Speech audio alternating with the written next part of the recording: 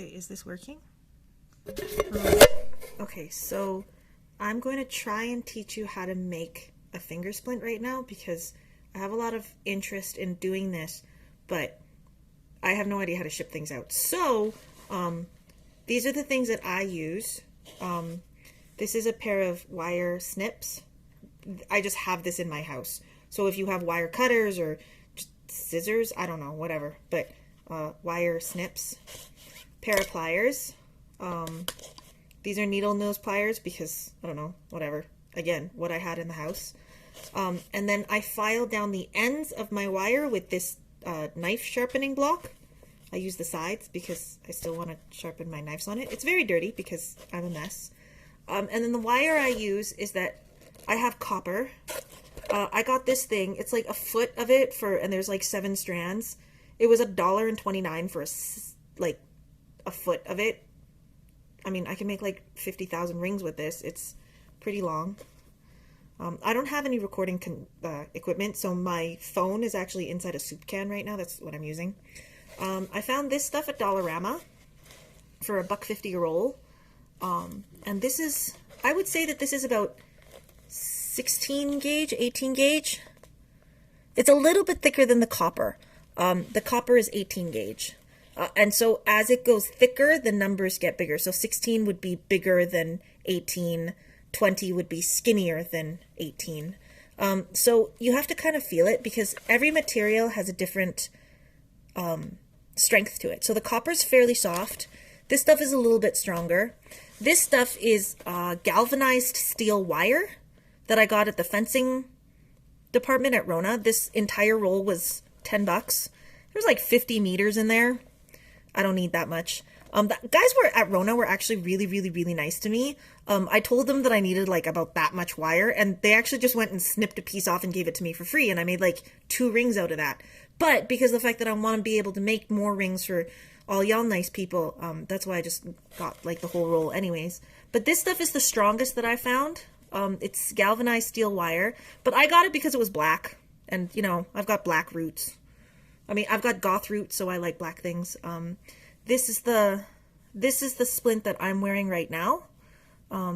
It's just an S shape. It's fairly open on the bottom because of the fact that I don't have EDS.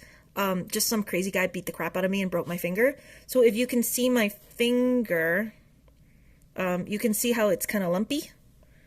And so I have a swan neck deformity.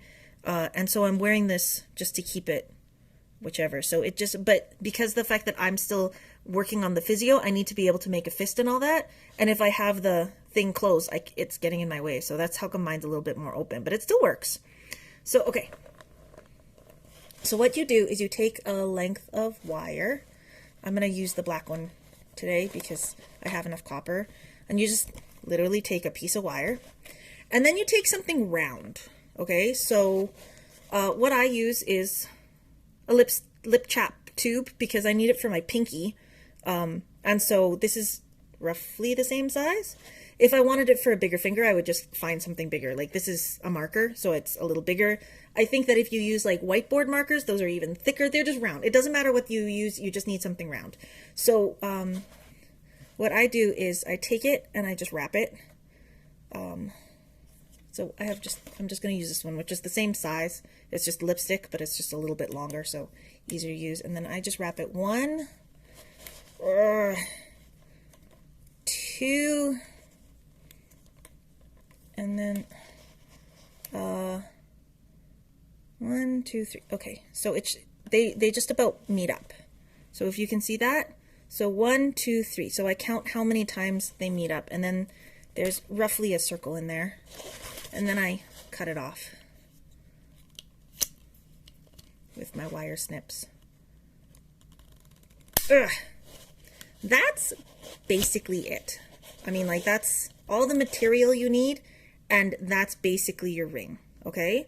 So what you do, this is, I mean, it's bendable, so what you do is you sort of open it up, and then you can do things like take this thing and shave down the ends so that you make sure that it doesn't poke you.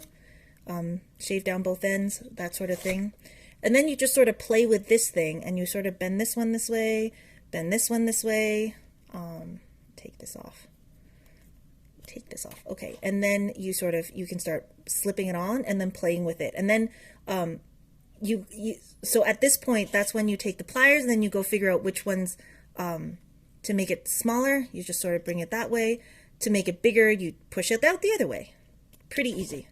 And then, yeah, so, and then you gotta, it's a lot of play from there on to figure out exactly what size you are. If it's a little bit too big, you've got a little bit too much material, you just snip a bit off.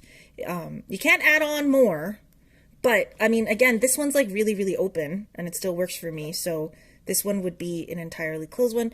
And then you just sort of have to manipulate it to see exactly where you want to get it to. And then that's about it.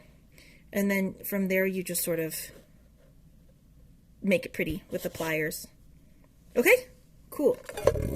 Hope that helps for anybody who wants one and wants to make it cheap and easy, but I'm not sending it to because I don't know how to ship things.